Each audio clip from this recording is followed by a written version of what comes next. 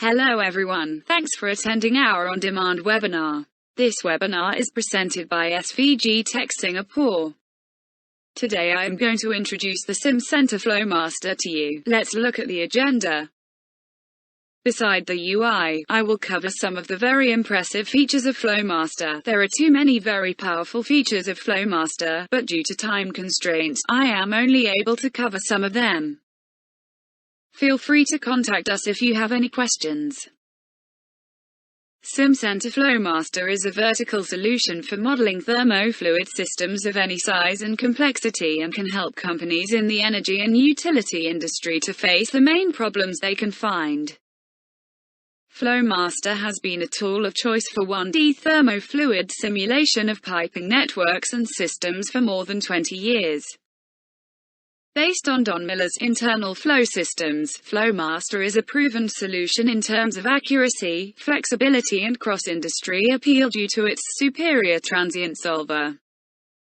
Flomaster delivers results you can trust from the earliest stages of the design process. Simcenter Flomaster enables engineers to perform system simulation through the design, validate, optimize 3 steps for any size and complexity of the thermofluid systems. In Flomaster, the real-life systems are modeled by means of networks, and each system element or physical process is represented by an individual, discrete component. The performance is based on empirical data or theoretical correlation. Flomaster able to perform system-level analysis for liquid, gas and two-phase. It can also do control system to reflect the real-life system control in the application. Flomaster also able to perform DO. You can create many experiments by adjusting the variables to achieve the desired system performance. Now let's look at the Simcenter Flomaster user interface. The first pop-up window is the launchpad when run the application. We can see that beside the recent system history, there are a lot of shortcuts available to create system, subsystem, components, to configure database, license, etc. The right portion is the sample system access. We will discuss it later. The bottom part is all about information access, including the info hub for the tutorial and help, and blogger access. The Flomaster application main window has 3 key panels with a menu and toolbar area at the top and a status bar at the bottom. The project view is at left and network view is at right. The center portion is the network drawing pane. The project view pane contains a tabbed area, which you can use to select networks, catalogs, and roles. When you select items in these tabs, details of the selected item are shown in the lower part of the pane. There is also a tab that you can use to share or work with other users. The network drawing pane enables you to create a visual view of your network by dragging and dropping components from catalogs into the work pane. Flomaster comes with large library of components used in different industries, and provides built-in loss data from the most respected source internal flow systems by D.S. Miller. This means components are ready to use immediately with only geometric information needed. The network view control pane enables you to collect components, nodes and set component data, variable parameters, simulation data, run results and create reports. Sample systems first introduced at v8.0, it provides user a quick way to get started with pre-built models and accompanying descriptions. You can unpack the pre-built models into the workspace for self-learning or further processing. You can also create your own sample systems to share among your teams for training, reuse and experience sharing purpose. In Simcenter Flomaster 2020.2, the filter has been updated, allowing the user to more easily find the sample system that they want. The filter now searches title, author, industry, application description and tags. Total 43 sample systems have been added so far, and still increasing for almost every new release. The sample systems including aircraft environmental control system distribution, electric vehicle, fast transient pressure validation hydraulics of pipeline systems, FMU export, steam power plant and so on. CAD2FM was introduced in Flomaster v9.0. It's a workflow to convert MCAD geometry into equivalent Flomaster system components, and as such is a highly automated process directly from within the native design tool. The center line of a piping geometry is determined. Changing curvature, cross-section area and cross-sectional shape along the center line is analyzed, segmented and mapped into equivalent Flomaster components. .CAD2FM file containing the network topology, component descriptions and original 3D geometry is exported. Then imported into Flomaster. Saved to a catalog as a subsystem, ready to be used. The major MCAD tools like Siemens NX, Siemens Solid Edge PTC Creo, Dassault CATIA V5, SolidWorks are all covered. CAD2FM now has the option to set node levels in addition to component data. This then feeds into simulations, allowing the accurate calculation of pressures at node levels. When used with the option to set pressure at the attached node level, it will also update the system boundaries accordingly. Next, let's watch a video for CAD2FM feature in Flomaster.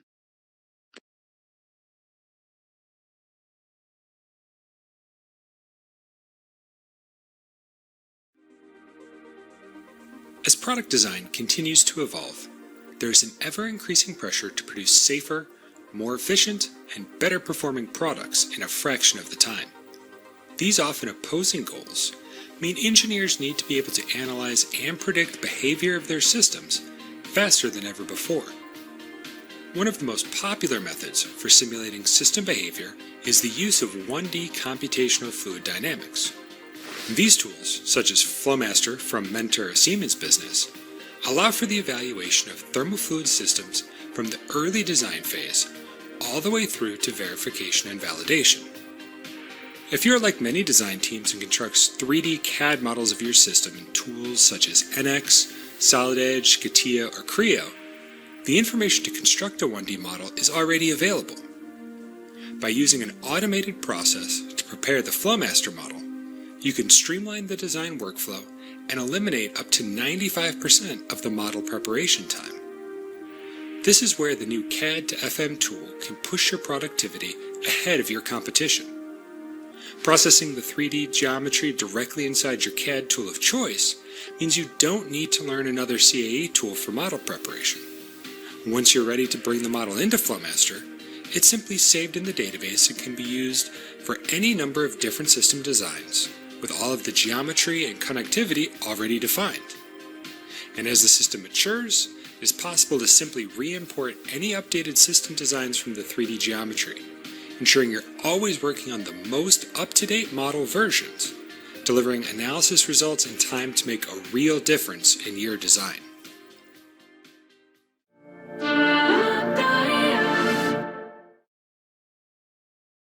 The Pipe Wave Speed Wizard. This is a tool that can be used to calculate the wave speed for each pipe given various properties. The required data is automatically populated when it is available in a component so that minimal data input is required, and then the calculated wave speeds can be applied to all of the pipes. This reduces the need to manually calculate the wave speed for every pipe and input it to each individual component. The hydrodynamic force export function exports the forces caused by pressure change to file formats that can be read by pipe stress analysis tools including RAW2, ROAR2, and CAESAR2. The hydrodynamic force export allows for the quick selection of the components for which forces will be exported. All components can be selected, or just pipes, valves, transitions, or a combination of these can be selected for export via checkboxes. It also allows export the data without a mapping schema, facilitating additional workflows. Simcenter Flomaster 2019.2 introduces a new pump curve entry wizard. This aims to improve the workflow of entering a new pump characterization curve. The new wizard has two principal stages: entering the pump's rated conditions of rated head, flow and speed, entering the data for the pump curve and applying a fit. In addition to the new wizard, additional entry points have been added to the Flomaster launchpad and to the curve selection dialog, allowing a curve to be entered directly from the pump component in the network. The curve digitizer that can be accessed from the curve dialog, allowing the user to quickly import a curve from an image. The user can import a curve, define the axis, and then click along the curve to set the data points, which will then be passed back to the curve from which it was created. The black box export function, allowing the user to export from Flomaster in such a way that the receiving user cannot view the underlying data. This applies to composite components, performance data, scripts. After unpacking a pack file with protected elements, the receiving user will be able to view the top-level data form of a composite component with no access to the underlying network and will be prevented from viewing scripts and performance data. During the simulation, Flomaster will be able to access data.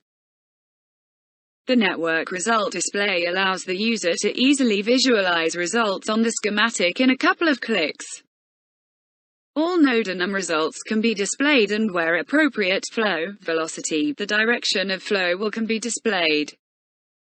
Results can be visualized using color, line thickness, arrows indicating the direction of the flow. When displaying with color, the range will be automatically generated with a range of color palettes to choose from, and custom ranges can be used if required. For transient result, an animation can be played showing the values changing with time. For inclusion in reports, the results can be copied to the clipboard or saved as an image. Next, let's watch a video to see how the network result display applied in Simcenter Flomaster.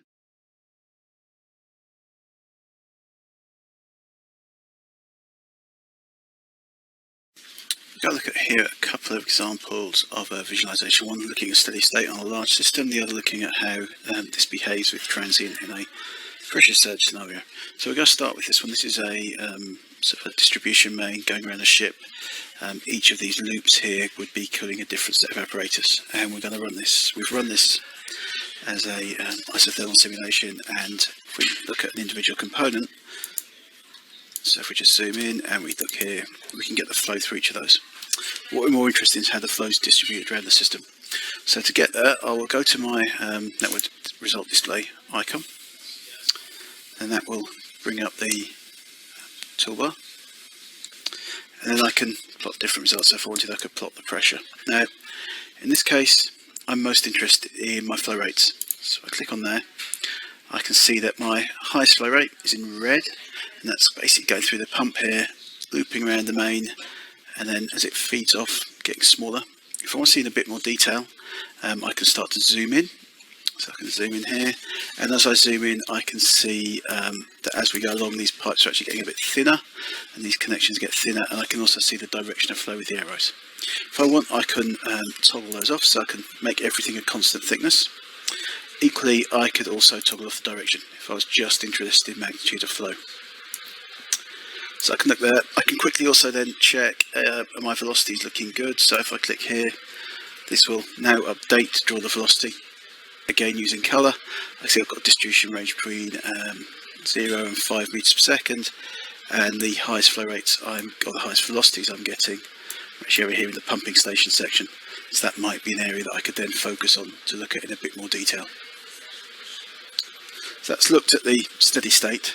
If I then move to transient, I've got a rising main here that I've run through a simulation, and again I can visualize my results. So this will bring up the panel, and I can select the different results I want to show, and by moving this slider bar through, I can display the results at different points. So I've got pressure there, and if I just drag it along, what I'll see is that when I stop, the results will update to the point on the slider bar. Just run this back to about 5 seconds, and what I can also do now is I can get to run. So I can just scroll this across a bit. I'm particularly interested in what's going on in this line, so I'll zoom in around the junction. So at 5 seconds, that valve will have closed.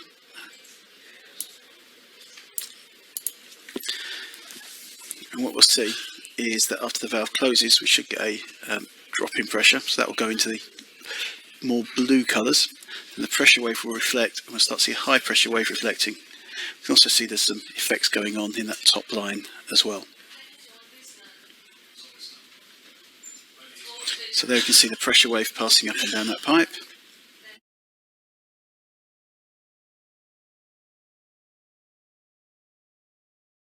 In Simcenter Flomaster 2020.1 we build upon the previous introduction of network result display and results validation with the introduction of live sensors and video export. Live sensors can be used to display results at discrete points in the system as either a numeric result, linear meter or radial meter. The sensors can display all results that can be written as results with user-definable min-max limits. When compared with the current gauge component, the main differences are: live sensors are viewers onto results and do not affect the connectivity of the network. This means that you can add as many sensors as you want without modifying the connectivity of the network and without the need to rerun the simulation. New sensors can be added after the simulation and used to view old result sets. Gauges are active in the simulation and are used to pass control signals.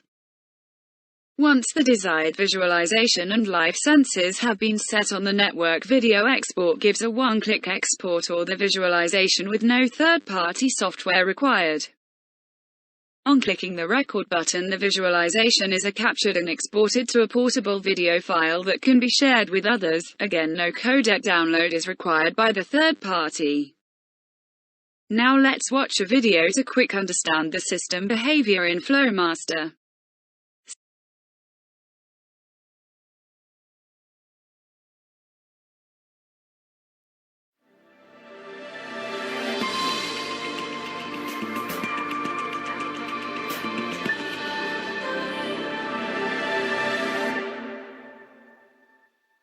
The interpretation of simulation results is not always easy, especially when dealing with large and complex piping systems.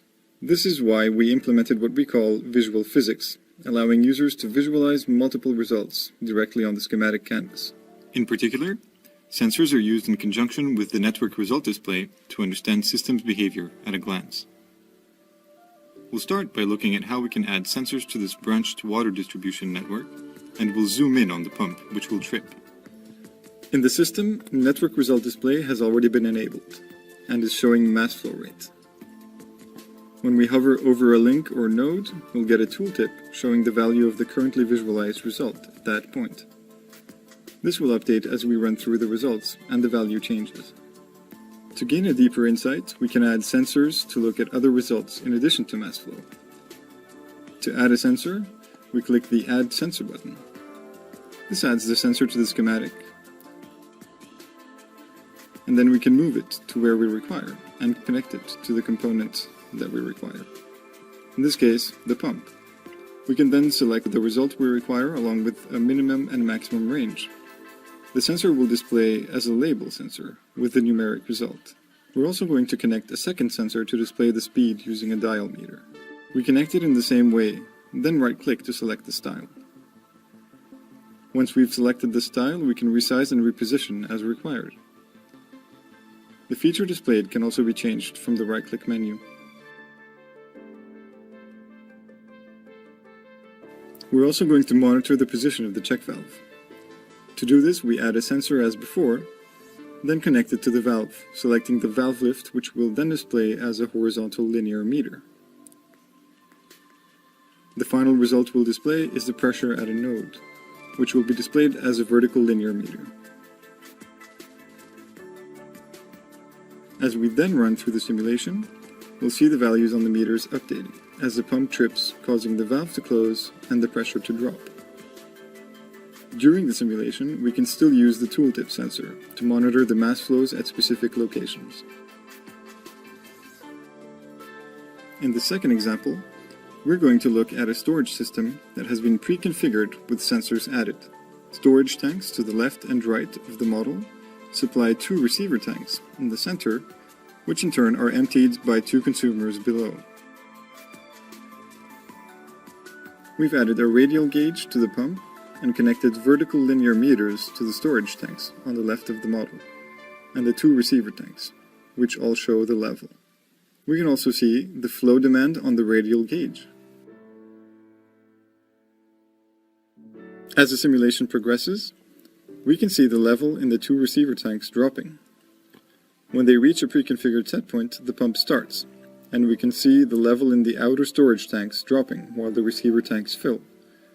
And through this, the supply to the consumers is maintained. Once the receiver is topped up, the pump will be switched off again.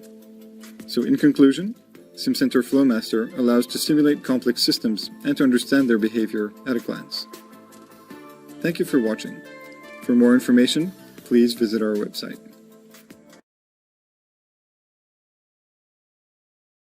Simcenter Flomaster continues to invest in enhancing the physical capabilities of Flomaster, and the latest release we have a specific focus on the pipe model. In Simcenter Flomaster 2020.12, new capabilities have been introduced with the viscoelastic model for polymer pipes and non-Newtonian pipe component. Polymer pipes exhibit different behaviors during surge events to those made of steel or brass, with non-linearity in the behavior of the pipe wall, with an immediate elastic response and a retarded viscous response. The introduction of new viscoelastic submodel to the elastic pipe, allowing the user to define the creep compliance and retardation time for a series of Kelvin-Voigt elements. During the simulation, these modify the pressure response of the elastic pipe, and when used in conjunction with the unsteady friction model, produce results corresponding to those in published papers. For the non-Newtonian pipe, we know that any fluids used in industry don't follow the linear response of a Newtonian fluid. We have introduced the non-Newtonian pipe for modeling the non-Newtonian behavior of fluids in systems where pipe friction losses dominate. The component can model fluids within the pipe that are dilatant or pseudoplastic, as well fluids that exhibit bingham plastic or yield pseudoplastic behavior. Non-Newtonian behavior can be specified either using power law indices or by a curve of shear stress versus shear rate. The model is appropriate for steady-state and slow transient simulations. Next, I am going to show you a video how we model non-Newtonian fluids in Simcenter Flomaster.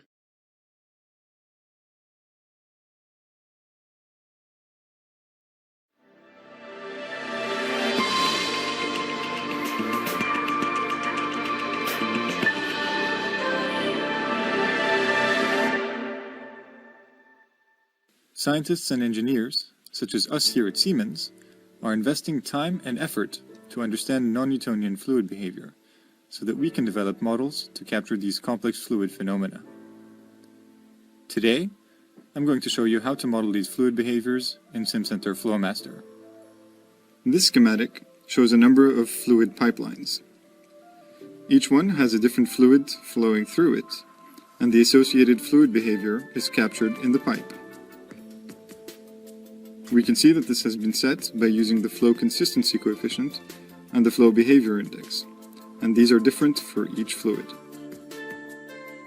These are sufficient to capture the pseudoplastic and dilatant behaviors, but if more complex behavior such as bingham plastic was required, then the shear stress versus shear rate curve would need to be set. If we look at the results of a study like this, we can see how the flow rates vary depending on the non-Newtonian fluid properties.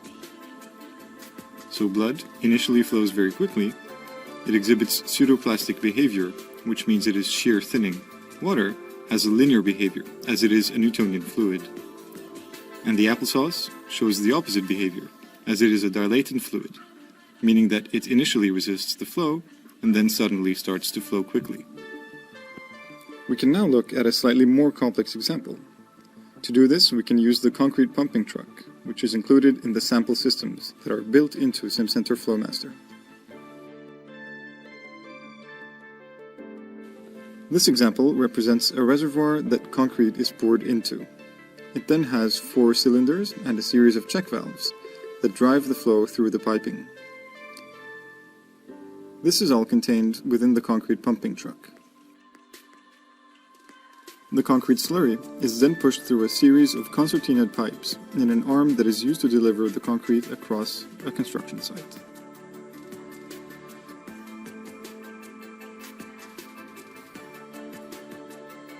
When this simulation is run, we can see how the fluid behavior affects the simulation. We can see how the fluid is drawn into each of the cylinders and then pushed out. This is the main driver of the fluid flow, as concrete is difficult to move around due to its non-Newtonian characteristics. We can see how the fluid flows through the pipework and then out through the arm. If we look at the results of this, we can see the flow rate through this delivery arm and how it has a lagged response due to the design of the piston pump. The other thing that is important to note is the pressure at the node level in the arm, and this never drops below 2 bar, meaning that the pressure is sufficient to deliver the concrete slurry. A lot more information on how to use these components and the physics behind them is contained within the reference help documentation, and also in the sample system document that explains both of these systems in much greater depth. To sum up, we have shown the new non-Newtonian physics in Simcenter Flomaster, and how it can be used to capture complex fluid phenomena that materials such as concrete slurry or applesauce exhibit. Thank you for watching. For more information, please visit our website. The N-arm component functionality enables the users to create multi-arm for up to 45 arms. Simcenter Flomaster N-arm components based on data derived from the 3D CFD package FlowEFD Alt FlowEFD N-arm component and FlowEFD1 simulation N-arm component, or from user-defined scripts which describe the required pressure response and thermal behavior. Once defined, the components become part of the Simcenter Flomaster component catalog alongside the supplied components. The script-based N-arm component allow users to quickly create custom components based on their own mathematical models and correlations. N-arm components are used within Simcenter Flomaster for component development, including math controllers. Models entered as script. Data forms can be customized. Custom results can be output. Verification scripts allow confidence in models. Signal input and output allowing integration into control systems. Transient, state variables and time derivatives. OneSim is a tightly coupled co-simulation workflow that enables a FLOEFD model to be considered as part of a Flomaster network. Flow rates, pressures and fluid temperatures are communicated at the connection points throughout the solution process. Internal FlowEFD goals can be exposed as output signals in Flomaster. The seamless integration of 1D and 3D CFD simulation enable us better understand product complexity by improving accuracy of critical components. The OneSim N-arm components can be packed and transferred to other users for further processing and reuse. Now let's watch a video of 1D 3D CFD OneSim.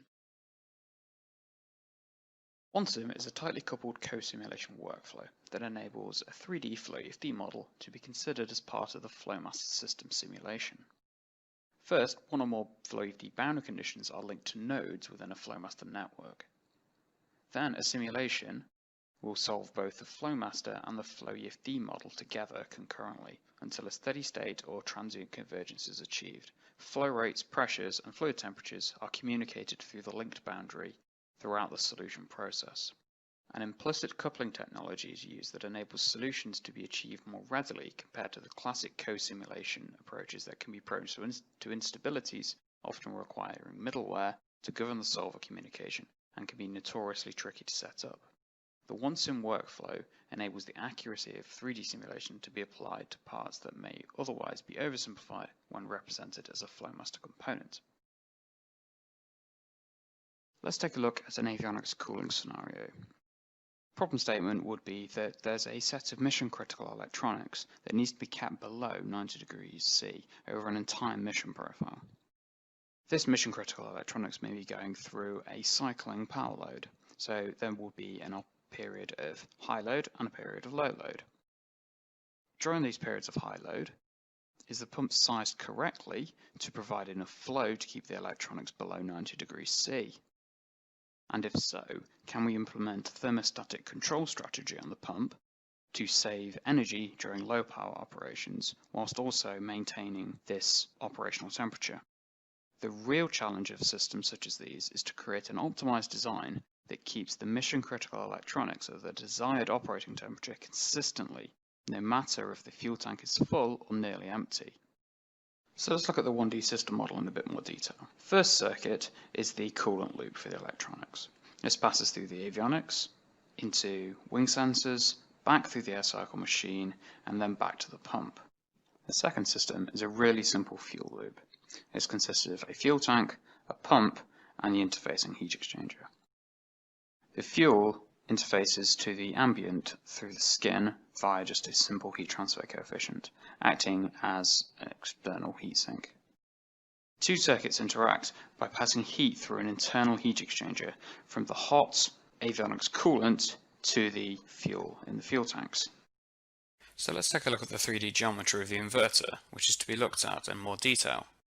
On the left-hand side, we can see the heat sources, the IGBT chips and the diodes where the power will be applied.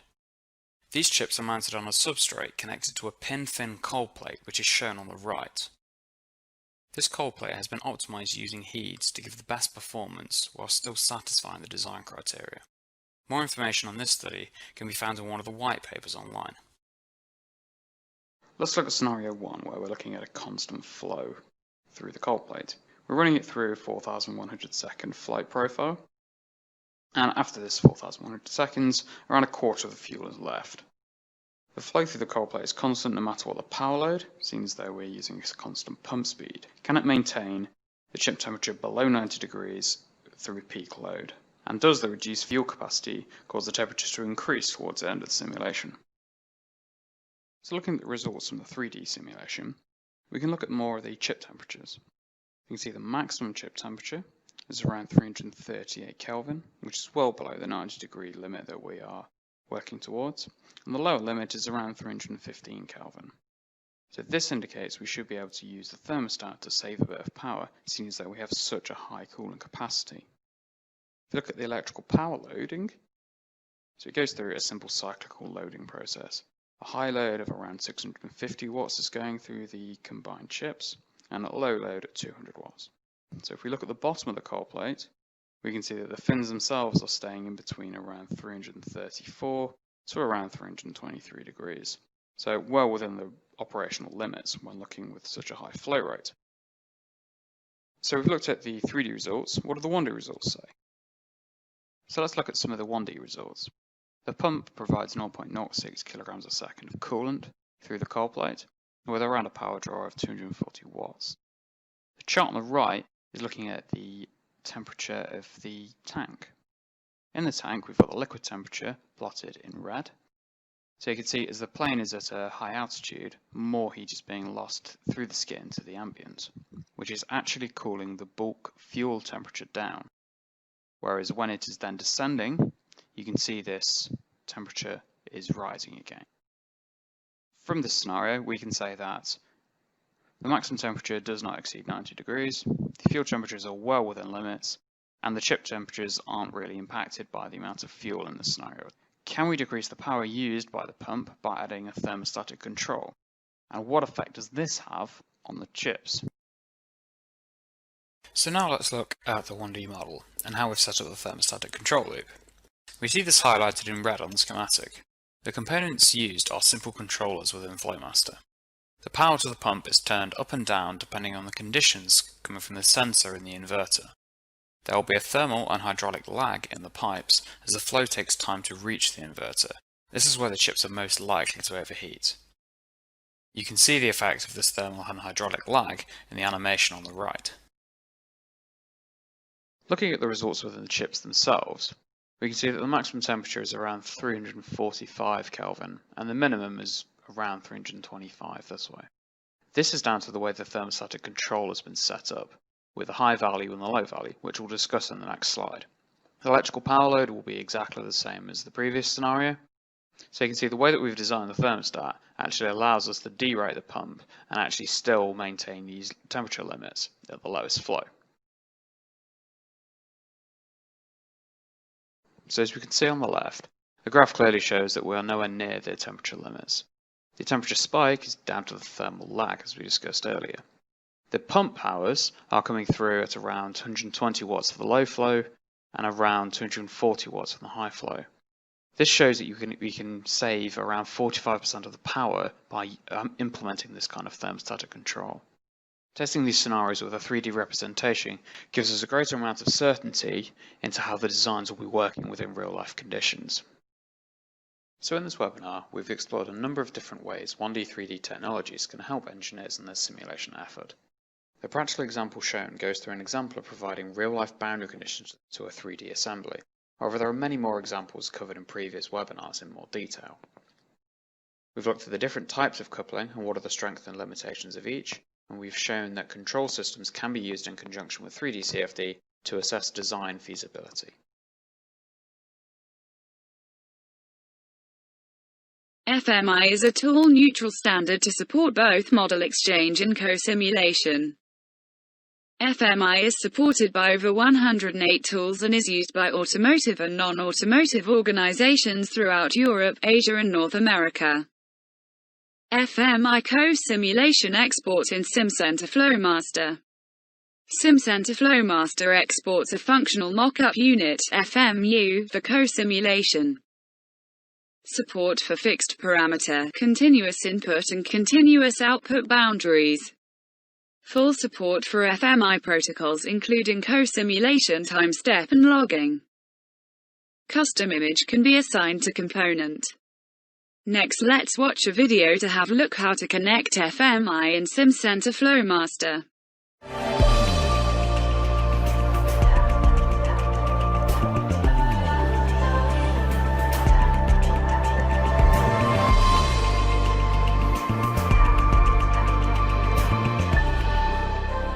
In this video, we will look at the FMI standard and at how it allows extending simulation capabilities to get more information and value. FMI is a standard that allows tools to communicate with one another by either embedding models inside one another or creating a link between them.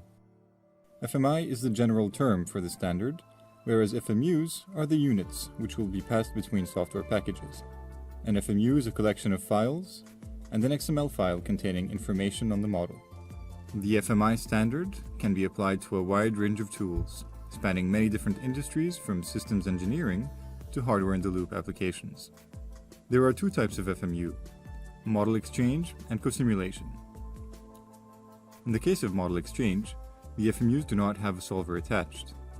Instead, these rely on the importing tool's solver. In the case of co-simulation FMUs, a third-party solver is inside the FMU or available locally on the machine, and Simcenter Flomaster only queries results at a given time step. In Simcenter Flomaster, we support a range of FMUs. We can export response surface models for model exchange FMUs and export a network for co-simulation. New in 2020.1, Simcenter Flomaster can import both model exchange and co-simulation FMUs.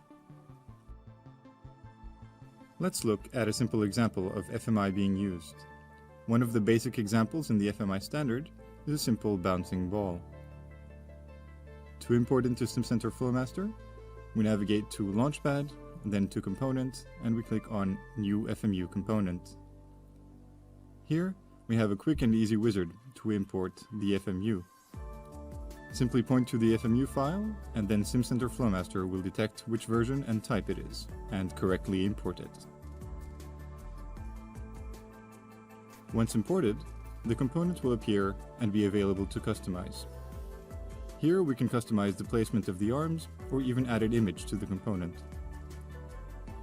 Once fully imported, we can drag the FMU onto the schematic and simulate. The start values have been brought into the data form for both gravity and coefficient of restitution. Now we can run a simulation. Opening up the dashboard, we can see some results for both the displacement and the velocity. We can see that the ball is dropped from a height of 1 meter and comes to rest roughly after 2.5 seconds. We can run this again with a lower coefficient of restitution and see how this impacts the results. Now the ball comes to a rest much quicker and is at rest around 1 second after the start of the simulation. This is a very simple example of how we can import FMUs into Flomaster.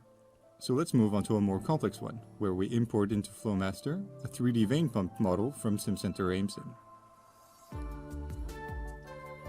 Through CAD Import from Simcenter AIMSIM, we can characterize the pump according to the geometry and gain more understanding of the individual pump rather than a generic pump using curves and surfaces. To export an FMU from Simcenter AIMSIM, an interface block is needed, which can be found in the Interfaces menu under the Create Interface Block action.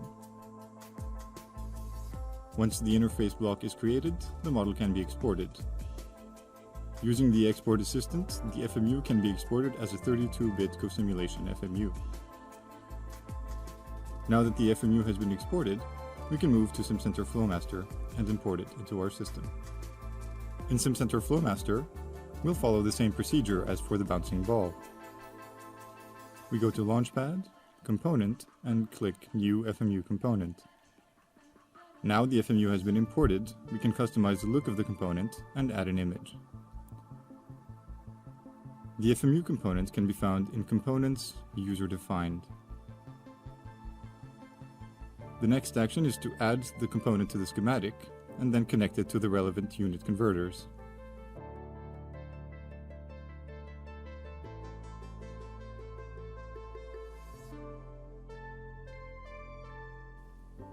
Once that's done, the network is ready to run, and we can post-process the results. Here, the pump speed is constant, and we are closing valves one after another. And you can see the flow moving between the lines. Bringing detailed component design from Simcenter AIMSIM into Simcenter Flomaster allows engineers to take advantage of the pump import functionality in Simcenter AIMSIM and the piping capability of Simcenter Flomaster, all in a single simulation. Thank you for watching. For more information, please visit our website. That's all for today's webinar. Feel free to drop me an email if you have any questions. Thank you.